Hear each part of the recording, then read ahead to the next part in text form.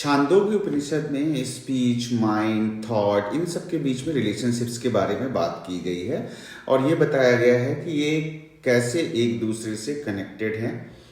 तो सबसे पहले हम बात करते हैं स्पीच की। तो जो हमारी स्पीच है, जो हम बोलते हैं, वो हमारी मेमोरी को बिल्ड करने में हेल्प करता है और चीज़ों को समझने में हेल्प करता है। तो ये सजेस्ट किया गया है कि आप स्पीच के ऊपर मेडिटेट कर सकते हैं, पर स्पीच से जो बड़ा है वो आपका मन है, क्योंकि जब मन में आप कुछ सोचते हैं तो वही आप बोलते हैं, वही आप एक्ट करते हैं। तो मन को स्पीच से बड़ा बताया गया है और ये बोला गया है कि अपने मन के ऊपर मेडिटेट करना चाहिए, उस पर ध्यान लगाना चाहिए। फिर उसके बाद उन्होंने बोला है कि माइंड से भी ऊपर अगर कोई चीज़ है वो आपकी विल है। विल मीन्स आपका संकल्प, जो हिंदी में हम बोलते हैं। तो संकल्प है, जब आप कोई संकल्प करते हैं कि मुझे ये कार्य करना है या ये चीज़ करनी है, तो आपका माइंड उस दिशा में काम करता है और आपकी स्पीच उस दिशा में काम करती है। तो विल को मन से बड़ा बताया गया है, यानी संकल्प को मन से बड़ा बताते हैं छांदोग्य उपनिषद में। और इसके बाद आता है कि जो आपका चित्त है, दैट इज योर थॉट, है ना। आपका जो थॉट है that is greater then will, वो आपके संकल्प से भी बड़ा है, क्योंकि जब आप सोच विचार करते हैं तभी आप संकल्प कर सकते हैं। तो बाकी सारी चीजें आपके थॉट के अंडर आती हैं।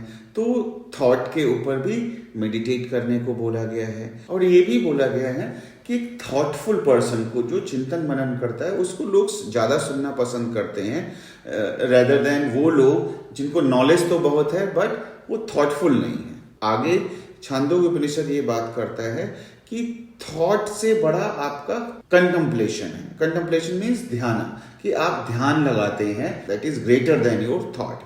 सो ध्यान लगाना अपने आप में ज़रूरी है।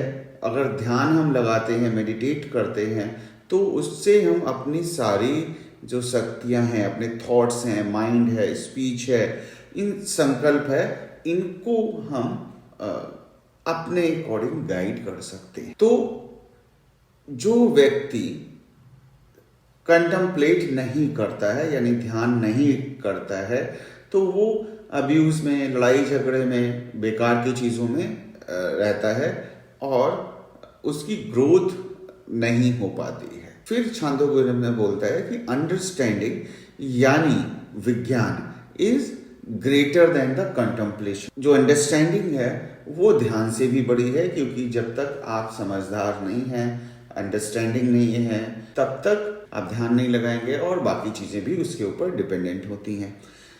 फिर छांदोग्य उपनिषद में आगे बात की है कि जो अंडरस्टैंडिंग है उससे भी बड़ी अगर कोई चीज़ है वो है बल, यानी स्ट्रेंथ।